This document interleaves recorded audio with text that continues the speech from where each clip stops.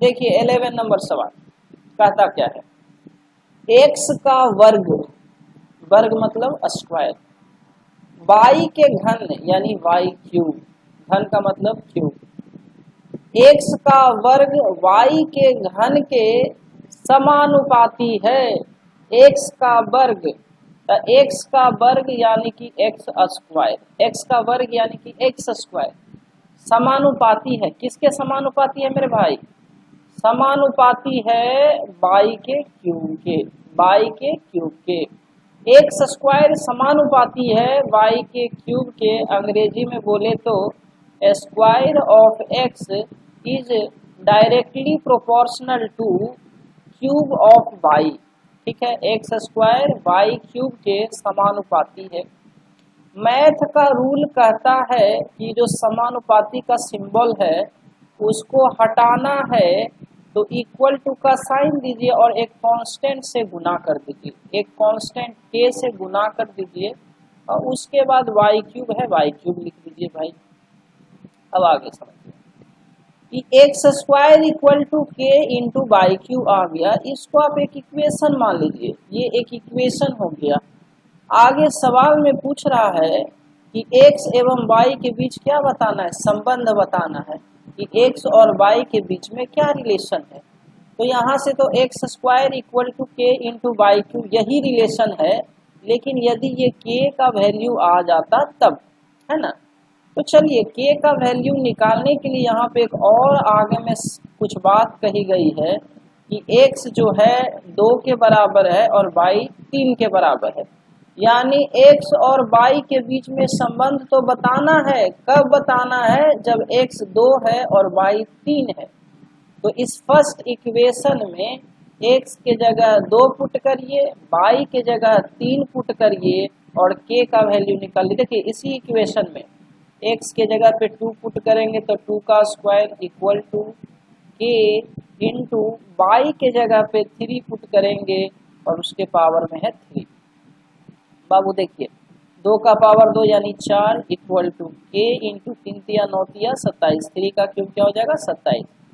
और यहाँ से बाबू हम के का वैल्यू निकाल सकते हैं, 4 इक्वल टू के इंटू 27, तो के इक्वल टू क्या हो जाएगा 27, इधर जाएगा डिवाइड में होगा यानी 4/27।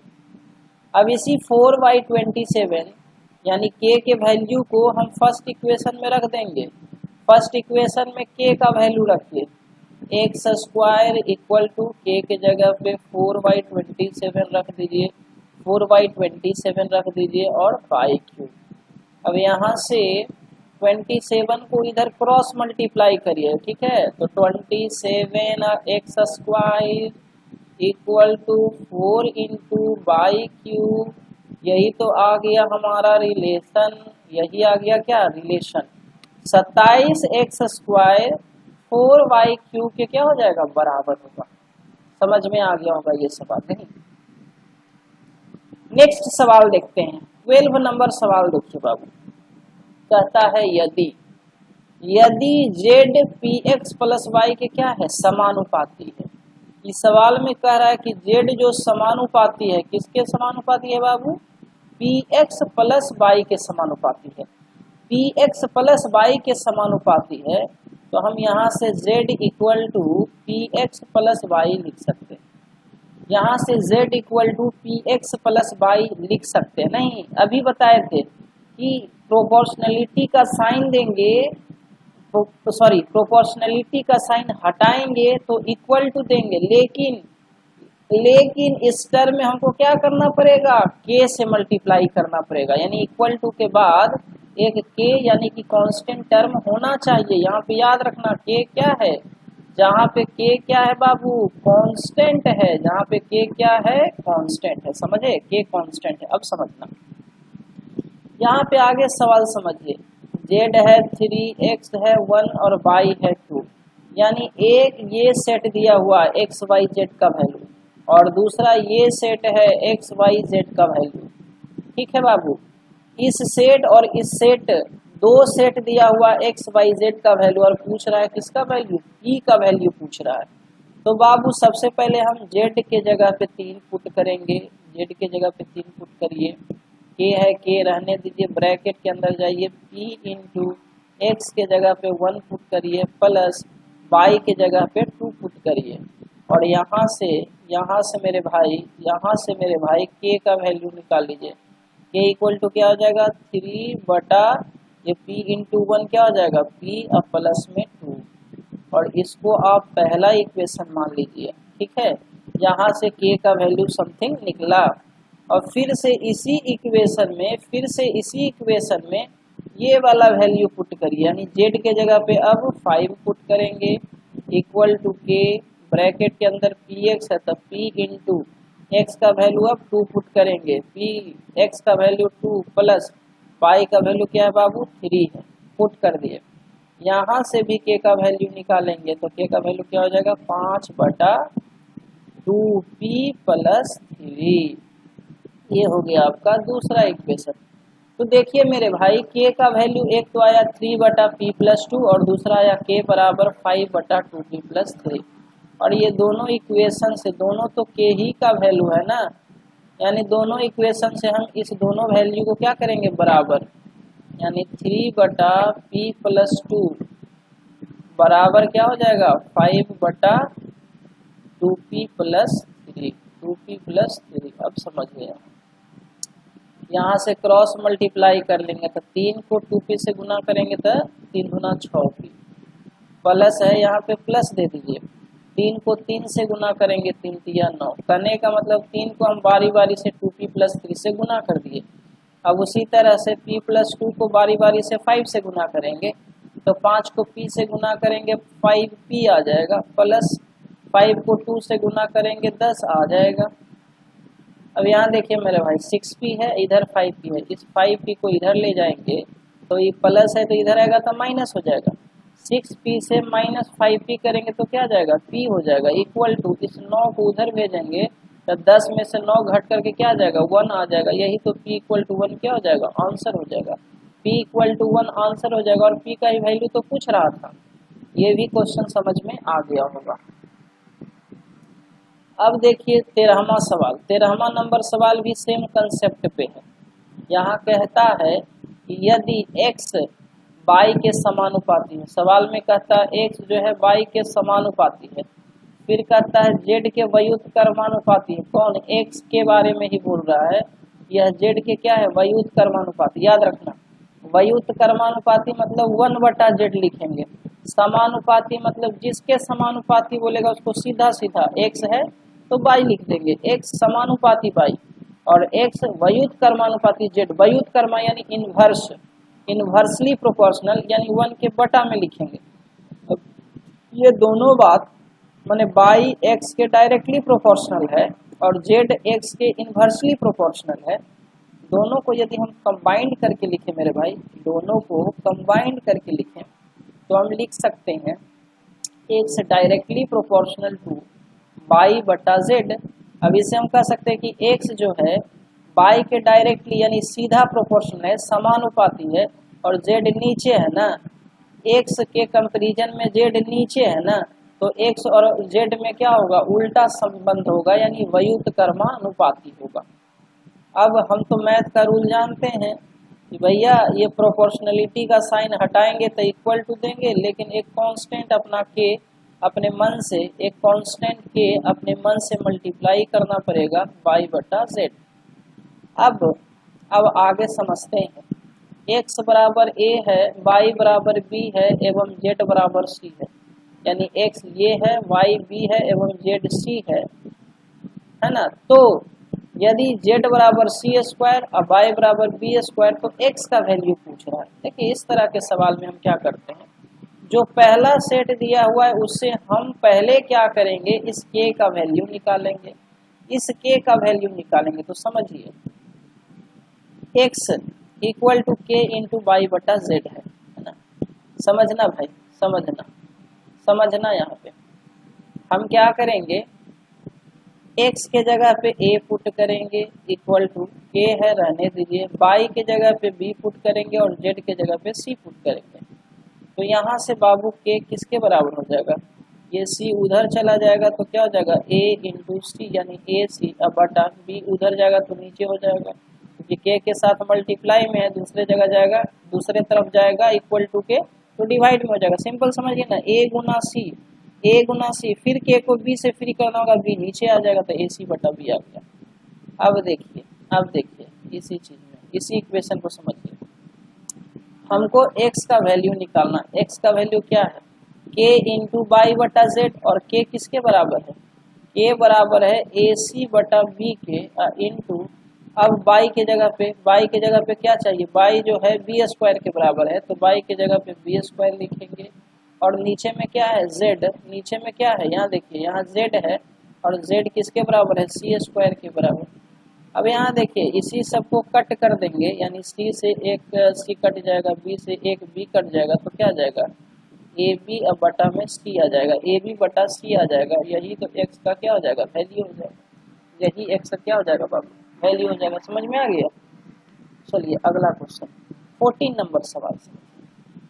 ये 14 नंबर सवाल मस्त सवाल है, यहाँ समझना, एक एक बात को समझना। कहता है हीरे का मूल्य, यानी कोई डायमंड है, क्या है भाई, डायमंड है, डायमंड महंगा होता है, डायमंड महंगा होता है क्योंकि वह चमकीला होता है, अब बहुत रेयर मिलता है। तो हीरे का मूल्य जो है उसके भार के वर्ग के समानुपाती, यानी समझिए यहाँ मूल्य जो है, यानी हीरे का जो मूल्य है वह डायरेक्टली प्रोपोर्शनल है, यानी समानुपाती है। किसके समानुपाती है भाई, भार के स्क्वायर के समानुपाती।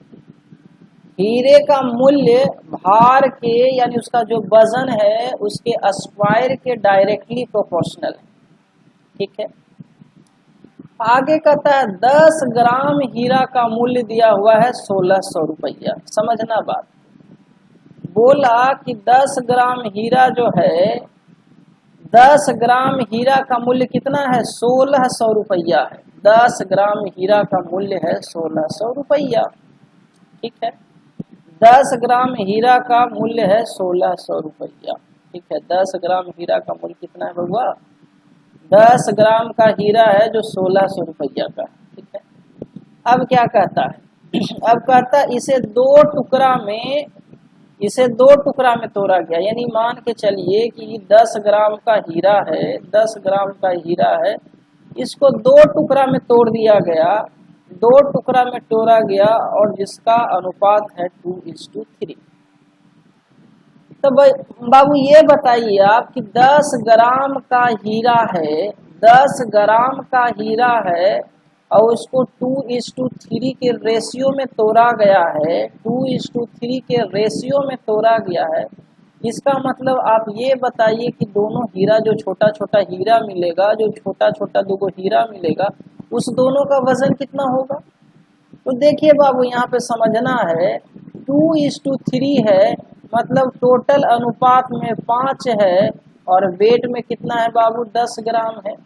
अनुपात में 5 है और वेट है 10, यानी अनुपात में 5 और वेट में 10 ग्राम बराबर है। तो यहाँ से अनुपात में 1 का वैल्यू निकल जाएगा कि नहीं, 5 दूना 10 यानी 2 ग्राम। तो अनुपात 1 का वैल्यू निकल गया 2 ग्राम। तो यहाँ बताओ जी, यहाँ अनुपात 2 है, पहला टुकड़ा का वजन अनुपात 2 है, तो 2 को 2 से गुना कर देंगे तो कितना हो जाएगा, 4 ग्राम। यानी पहला टुकड़ा का वजन है 4 ग्राम, और दूसरा टुकड़ा का वजन कितना हो जाएगा, 3 दूना 6, यानी 6 ग्राम। समझे, हीरा का वजन पहले था 10 ग्राम, तोड़ दिए तो पहला टुकड़ा 4 ग्राम का मिला, दूसरा टुकड़ा 6 ग्राम का मिला, क्योंकि डायमंड को 2:3 के रेशियो में तोड़ा गया था। ये बेसिक समझ थी। तो बाबू समझना, 10 ग्राम हीरा का मूल्य 1600 रुपया है, इसे 2 टुकड़ा में तोड़ा गया है, 2 टुकड़ा में तोड़ा गया है, और अनुपात दिया हुआ है दोनों टुकड़ा का। तो दोनों का हम अलग अलग वजन निकाल लिए, दोनों का अलग अलग हम वजन निकाल दिए। पेन का कलर चेंज कर लेते हैं, समझना बाबू समझना। तो हमने एक को 4 ग्राम और दूसरा 6 ग्राम हो गया, पहला हो गया 4 ग्राम, दूसरा हो गया 6 ग्राम। आगे सवाल क्या पूछ रहा है, कहता है कि जब उसको दो टुकड़ा में तोड़ा गया तब मूल्य में कुल कितनी कमी आ जाएगी। अब बताइए कितना बच्चा सोच रहा होगा, कितना बच्चा सोच रहा होगा कि अरे ग्राम 10 ग्राम हीरा है, अब इसको दो टुकड़ा में तोड़ देंगे तो क्या इसका दाम घट जाएगा का? अरे 10 ग्राम का हीरा है, ठीक है, हम 10 ग्राम को तोड़ दिए, एक को 4 ग्राम कर दिए, दूसरा को 6 ग्राम कर दिए। अरे तो दोनों टुकड़वा को जोड़ देंगे तो दोनों को साथ में वजन करेंगे तो 10 ग्राम न रहेगा। तो 10 ग्राम का माने तोड़ने से क्या फर्क पड़ेगा। जो बच्चा इस पहले स्टेटमेंट को नहीं ध्यान से देखेगा वो सोचेगा यदि 10 ग्राम को हम दो टुकड़ा में बांटिए दिए तो उसके दाम पर क्या फर्क पड़ जाएगा, पड़ेगा। क्यों पड़ेगा? क्योंकि हीरा का मूल्य जो है भार के वर्ग के समानुपाती है। हीरा का मूल्य भार के वर्ग के समानुपाती है, यानी आप वजन घटा देंगे तो हीरा का मूल्य में कमी आएगा, आएगा कि नहीं आएगा? क्योंकि क्वेश्चन में दिया है हीरे का मूल्य उसके भार के वर्ग के समानुपाती है मेरे भाई, यानी मूल्य जो है यहाँ वजन पर डिपेंड कर रहा है, मूल्य जो है वजन पर डिपेंड कर रहा है। तो ऐसे समझिए कि 10 ग्राम हीरा है तो मूल्य में यदि इसको समझेंगे तो आप मान के चलिए 100 ग्राम, 10 ग्राम हीरे का मूल्य कितना हो जाएगा? भार के स्क्वायर, यानी 10 ग्राम का स्क्वायर कर दीजिए, भार का स्क्वायर करिए तो 10 ग्राम हीरे का मूल्य कितना हो जाएगा मेरे भाई? 100 ग्राम। 10 ग्राम हीरे का मूल्य हो जाएगा 100 ग्राम। 10 ग्राम हीरे का मूल्य हो जाएगा 100 ग्राम, ठीक है। 10 ग्राम हीरे का मूल्य क्या हो जाएगा भाई? 100। तो समझना मेरे भाई, 100 ग्राम समझना, समझ में आ रहा है ना? माने 10 ग्राम हीरा है तो उसका यदि भार के स्क्वायर कर देंगे तो उसका मूल्य निकलेगा। तो 10 ग्राम हीरे का मूल्य वजन के अनुसार 100 ग्राम होगा। और रुपया में कितना है मेरे भाई? रुपया में कितना है? 1600 रुपया, 1600 रुपया। तो यहाँ से 1 ग्राम का वैल्यू कितना हो जाएगा भाई? 2 जीरो से 2 जीरो घटेगा, यानी 1 ग्राम की यदि कमी आएगी, 1 ग्राम की कमी आएगी तो 16 रुपया कम हो जाएगा। 1 ग्राम की कमी आएगी तो कितना कमेगा? 16 रुपया। अब पूछ रहा है मूल्य में कुल कितनी कमी आ जाएगी? मूल्य में कमी पूछ रहा है क्वेश्चन में, मूल्य में कमी, मूल्य में कमी पूछ रहा है सवाल में, मूल्य में कमी कितनी होगी? तो देखो शुरुआत में 10 ग्राम है तो 10 ग्राम है तो उसका मूल्य क्या हो जाएगा? 10 ग्राम का 100 ग्राम। 10 ग्राम का मूल्य कितना हो जाएगा? भार के स्क्वायर, मूल्य क्या है? भार का स्क्वायर है तो 10 ग्राम का स्क्वायर कर देंगे यानी 100 ग्राम। वजन के अनुसार पहले निकाल रहे हैं, वजन में पहले 100 ग्राम मूल्य था, अब उसको दो टुकड़ा में तोड़ा गया है तो दोनों टुकड़वा का थोड़ा दाम निकालिए। 4 ग्राम वाला टुकड़ा का दाम कितना होगा? भार के स्क्वायर के बराबर, भार के स्क्वायर के बराबर यानी 4 ग्राम का होगा तो 4 का स्क्वायर करेंगे कितना हो जाएगा? 16 ग्राम प्लस 6 ग्राम का जो टुकड़ा होगा उसका दाम कितना होगा मेरे भाई? 6 का स्क्वायर कर दीजिए यानी कि 36 ग्राम। 6 का स्क्वायर कर देंगे यानी 36 ग्राम। तो पहले दाम था 100 ग्राम, अब रह गया 16 ग्राम प्लस 36 ग्राम, तो कमी कितनी हो गई? 100 ग्राम माइनस 36, 6, 42, 10, 52 ग्राम। यानी इसको दो टुकड़ा में तोड़ने के वजह से, दो टुकड़ा में तोड़ने के वजह से 100 में से 52 घटाइए यानी कि 48 ग्राम का क्या हो गया है? लॉस हो गया। 48 ग्राम का मूल्य में कमी हो गया और 48 ग्राम को रुपया में निकालेंगे तो 1 ग्राम का दाम कितना है बाबू? 16 रुपया। तो 16 से गुना कर दीजिए और 48 को 16 से गुना करिएगा तो 8 छक 48, हाथ में 4, 8 6 चक 24, 24 8 32, 32 4 36, 36 के 6 हाथ में 3, 4 एकम 4 3 7, यानी टोटल 768 रुपये की कमी हुई है। टोटल 768 रुपये की कमी हुई है। समझ में आया?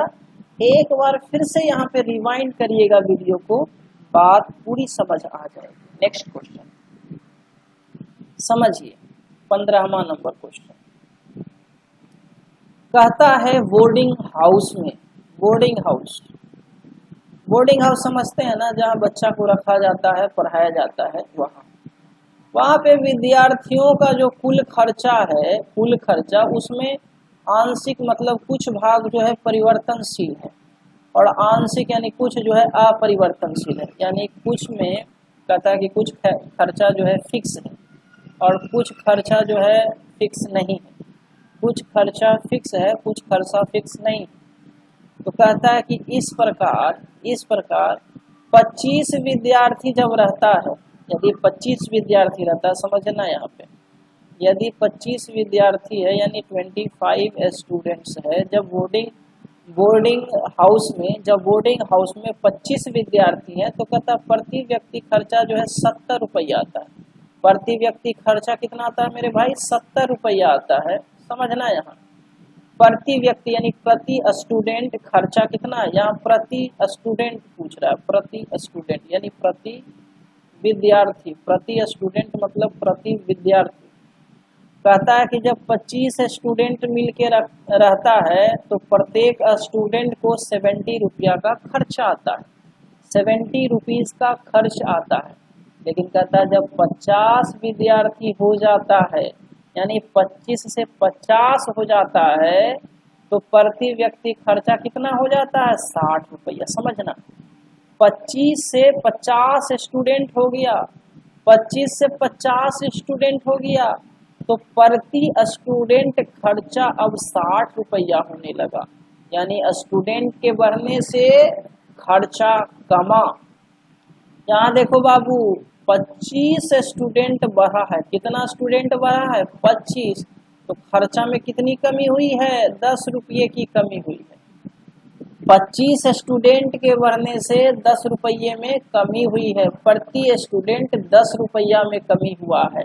तो पूछ रहा है कि 100 विद्यार्थी हो जाएगा, 100 विद्यार्थी हो जाएगा तो प्रति व्यक्ति कितना खर्चा होगा? 100 विद्यार्थी हो जाएगा, 100 स्टूडेंट हो जाएगा तो प्रति स्टूडेंट कितना खर्चा आएगा मेरे भाई? कितना आएगा? 50 से कितनी वृद्धि हो गई? 50 स्टूडेंट की वृद्धि हो गई। पहले 25 से 50 था तो 10 रुपया, अब 50 से 100 हो गया, यानी सीधा डबल, 25 का डबल वृद्धि हुआ है, 25 का डबल वृद्धि हुआ है तो 10 का डबल कमी होगा, 10 का डबल कमी होगा। यानी पहले 60 रुपया खर्च होता था तो अब 60 में से 20 घटा देंगे, यानी अब जो है सिर्फ 40 रुपया ही खर्च होगा। अब प्रति स्टूडेंट कितनी खर्च होगी? 40 रुपया खर्च होगी। बात समझ में आ रहा है? Very good. चलिए अगला सवाल देखते हैं भाई, अगला सवाल देखते हैं, 16 नंबर सवाल देखते हैं। यहाँ 16 नंबर सवाल देखेंगे भाई, कलर चेंज कर देते हैं पेन का। समझना मेरे भाई, सवाल को अच्छा से समझिए, सवाल को अच्छा से समझिए।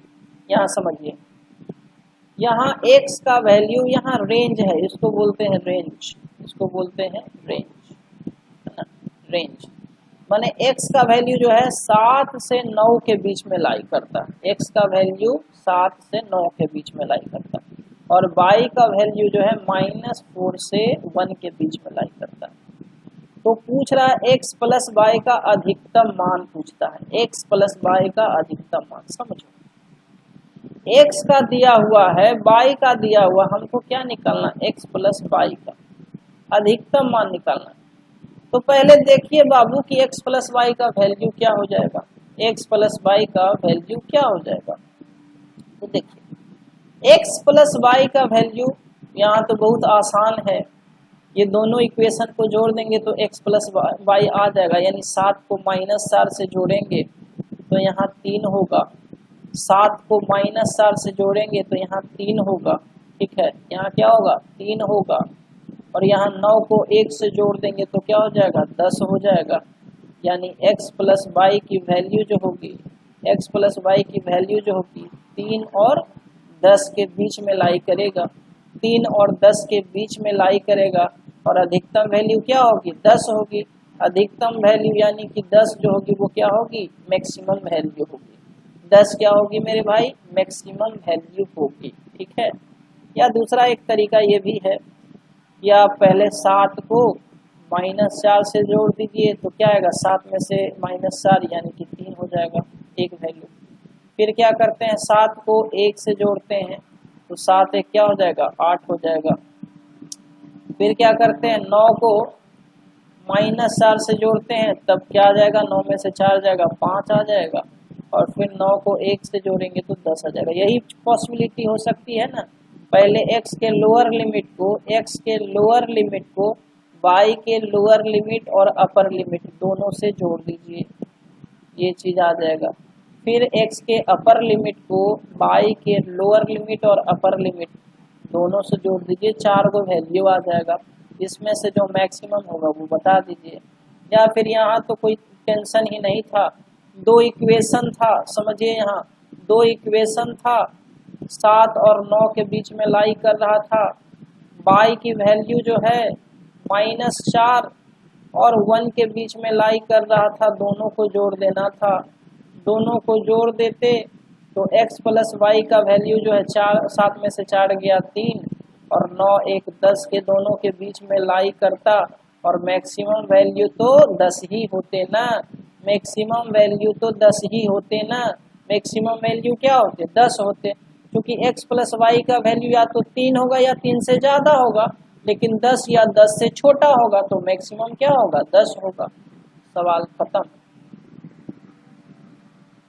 17 नंबर सवाल देखिए, 17 नंबर सवाल इसमें क्या कहता है यहाँ भी समझिए समझिए यहाँ पे 17 नंबर का सवाल क्या कहता है।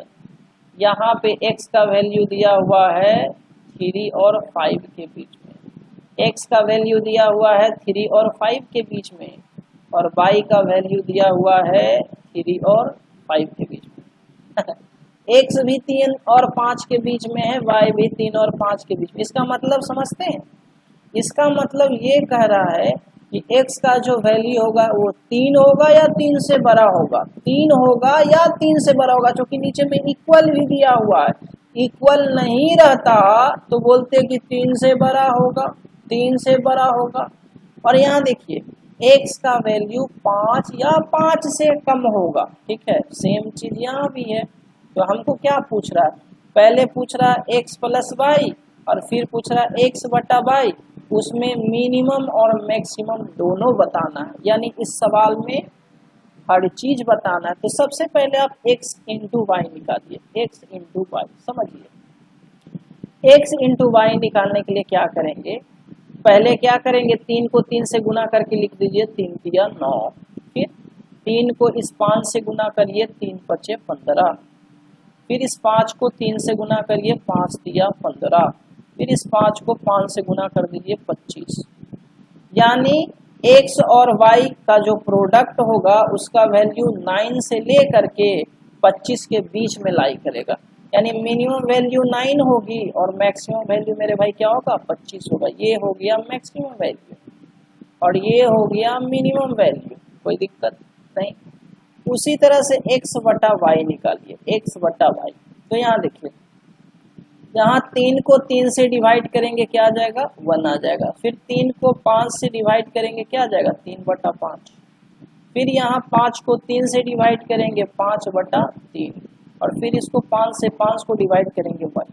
तो यहाँ देखिए यदि हम ये करते कि x को डायरेक्ट 5 से डिवाइड करते तो 3 को 3 से डिवाइड करते 1 आता, 5 को 5 से डिवाइड करते 1 आता, तो मैक्सिमम वैल्यू तो आ जाती, लेकिन इसका मिनिमम वैल्यू नहीं निकल पाता। इसलिए बोले कि क्या करते हैं अल्टरनेटली करते हैं, यानी जैसे x का लोअर लिमिट है तो x के लोअर लिमिट को y के लोअर लिमिट और अपर लिमिट दोनों से एक एक बार डिवाइड कर देंगे, यानी 3 को 3 से डिवाइड कर दीजिए 1 आ गया, 3 को 5 से डिवाइड कर दीजिए 3 बटा 5 आ गया। उसी तरह से x के अपर लिमिट को यानी कि 5 को, x के अपर लिमिट को यानी कि 5 को पहले 3 से डिवाइड कर देंगे फिर 5 से डिवाइड कर देंगे। तो यहाँ से देखिए हमको मिनिमम चाहिए था, तो 3 बटा 5 क्या है 1 से छोटा है, 1 से छोटा यानी कि ये मिनिमम वैल्यू हो गया, ये मिनिमम वैल्यू हो गया। और 5/3 जो है 1 से ज्यादा है ना, और 3 एकम 3 और उसके बाद भी 2 बच रहा है, इसका मतलब ये 1 से ज्यादा है, और 1 से ज्यादा है यानी कि मैक्सिमम वैल्यू हो जाएगा। ये भी सवाल खत्म। चलिए नेक्स्ट सवाल देखिए, यहाँ पे समझना है x का वैल्यू 2 और 4 के बीच में लाई कर रहा है। x का वैल्यू जो है 2 से बड़ा है और 4 से छोटा है। y का वैल्यू जो है 1 से बड़ा है और 3 से छोटा है। पूछ रहा है x प्लस वाई का upper limit, x plus y का अपर लिमिट। तो देखो यार, x प्लस वाई हम सबसे पहले निकालेंगे, तो निकालो तो x प्लस वाई का वैल्यू दोनों को जोड़ेंगे तो 2 एक मिनिमम वैल्यू क्या आएगी, 3 आएगी, और 4 3 7 यानी मैक्सिमम वैल्यू क्या आएगी, 7 आएगी। तो x प्लस वाई का अपर लिमिट, तो अपर लिमिट तो 7 है, और x प्लस वाई का लोअर लिमिट तो 3 है। और इसी का क्या पूछ रहा था, रेशियो पूछ रहा था, अपर लिमिट का लोअर लिमिट से रेशियो। तो अपर लिमिट 7 है और लोअर लिमिट कितना है भाई, 3 है, यही तो रेशियो हो जाएगा 7/3। समझे? देखो आप 4 पॉसिबिलिटी से भी देख लो करके, जैसे x प्लस वाई पूछ रहा है तो 2 को 1 से जोड़ेंगे तो 3 हो जाएगा, 2 को 3 से जोड़ेंगे 5 हो जाएगा, 4 को 1 से जोड़ेंगे 5 हो जाएगा, 4 को 3 से जोड़ेंगे 7 हो जाएगा। तो देखिए ये जोड़ में कोई दिक्कत नहीं है, जोड़ में आपका लोअर लिमिट को लोअर लिमिट से जोड़ देंगे वही लोअर लिमिट आएगा, अपर लिमिट को अपर लिमिट से जोड़ देंगे वही अपर लिमिट आएगा। लेकिन मल्टीप्लिकेशन और डिवीजन में चेंज हो जाता है, इसलिए चारों वैल्यू को चेक करते हैं। ठीक है, तो लोअर लिमिट तो यहाँ भी 3 ही आया, अपर लिमिट यहाँ भी 7 ही आया, दोनों तरीका से वही आया। ठीक है, समझ में आ गया होगा। चलिए 19 नंबर सवाल जो है, 19 नंबर सवाल जो है बहुत आसान, लेकिन यहाँ पे थोड़ा सा आपको समझना पड़ेगा। समझिए थोड़ा सा, कुछ बेसिक्स है वो आप समझ लीजिए।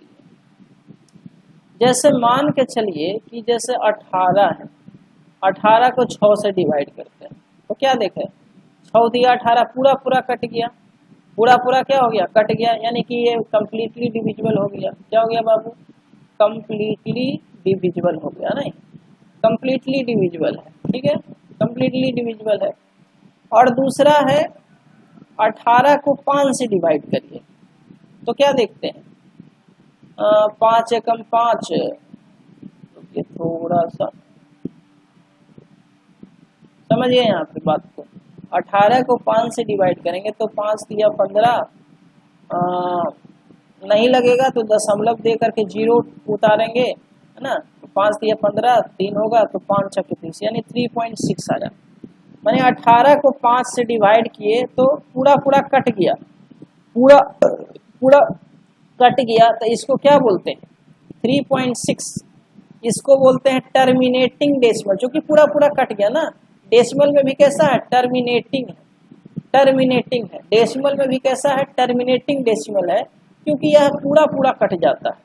लेकिन देखिए यही 18 को यदि हम 7 से डिवाइड करते तो डेसिमल में ही निकालिए, 7 दूना 14 बट्टा 4, इसको जो हम दिखाते हैं ऐसे करके, जनरल जैसे डिवाइड करते हैं वैसे, 7 दूना 14, रिमाइंडर बचता 4, 7 से 4 नहीं लगता, डेसिमल देते, यहाँ 0 उतारते, यहाँ 5 बार में लगेगा, 7 बचे 35, 7 बचे 35, 40 में से 35 जाता तो 5 आता, फिर 0 उतारते, 7 49,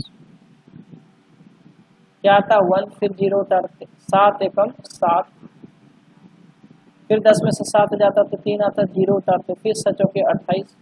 क्या देख रहे हैं, फिर रिमाइंडर 2 बचता, फिर 7 गुना 14 करते, यानी ये टर्मिनेट ही नहीं होगा, कभी खत्म ही नहीं होगा। ठीक है, कभी क्या नहीं होगा, कटेगा ही नहीं। 18 जो है 7 से डेसिमल के बाद हम कितना भी डिजिट लिख लें कभी कटेगा ही नहीं, तो इसको इस तरह के डेसिमल को बोलेंगे नॉन टर्मिनेटिंग। क्या बोलेंगे भाई, नॉन टर्मिनेटिंग।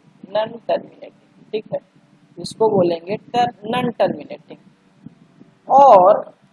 और देखो, जैसे देखिए कुछ जैसे है, जैसे पाई का वैल्यू क्या होता है 22/7, इसको भी आप डिवाइड करिएगा तो क्या होगा, नॉन टर्मिनेटिंग होगा, मतलब कभी टर्मिनेट ही नहीं होगा, कुछ ना कुछ आते रहेगा।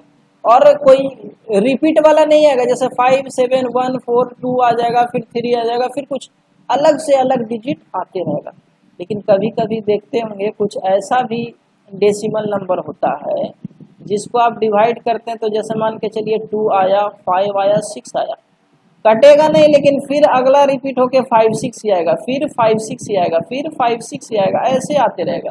तो इसको आप ऐसे करते होंगे, जो रिपीट होता है उस पे हम वार का साइन देते थे, याद आ रहा है, वार का साइन देते थे, नहीं, जो रिपीट होता था उस पे वार का साइन लगाते थे, और इसको बोलते थे non terminating repeating, non terminating repeating decimal number. Non terminating तो है, टर्मिनेट कभी नहीं होगा, कभी नहीं पूरा पूरा कटेगा। Non terminating, non terminating, non terminating repeating decimal number, non terminating repeating decimal number. ठीक, ये हो गया non terminating, non terminating repeating, repeating, repeating, non terminating repeating decimal number.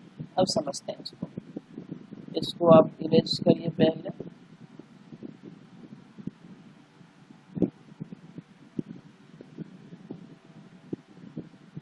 Non terminating repeating decimal number,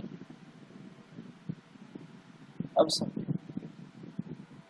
तो उसी तरह से यहाँ पे क्या देख रहे हैं कि एक्स वाई में ए बी से भाग देने पर, एक्स वाई में ए बी से भाग देने पर क्या आता है भागफल 0.xy xy xy, माने ये रिपीट हो रहा है xy xy। तो पूछ क्या रहा है कि ए बी का वैल्यू क्या होगा, ए बी का वैल्यू क्या होगा। तो देखिए यहाँ पे एक्स वाई बटा में ए बी, एक्स वाई बटा में ए बी, इस चीज को हम क्या लिख सकते हैं 0.xy पे हम वार का साइन लगा देंगे, क्योंकि ये non terminating, non terminating repeating decimal number है। अब यहाँ समझो एक्स वाई बटा ए बी है, एक्स वाई बटा ए बी है, तो इस चीज को हम क्या लिख सकते हैं 0.xy है, तो xy आप लिख दीजिए, और जितना डिजिट पर वार का साइन रहता है उतना 9 देते हैं, उतना 9 देते हैं। जैसे दशमलव के बाद xy दोनों रिपीट कर रहा है, 2 डिजिट रिपीट कर रहा है, तो दोनों के बदला में यानी साइन हट जाएगा यदि नीचे में 9 दे देंगे। तो xy से xy कर लिया, तो ए बी बराबर क्या आ जाएगा, ए बी जो है 99 के बराबर हो गया, 99 के बराबर हो गया, 99 के बराबर। तो आज का क्लास यहीं पे ख़त्म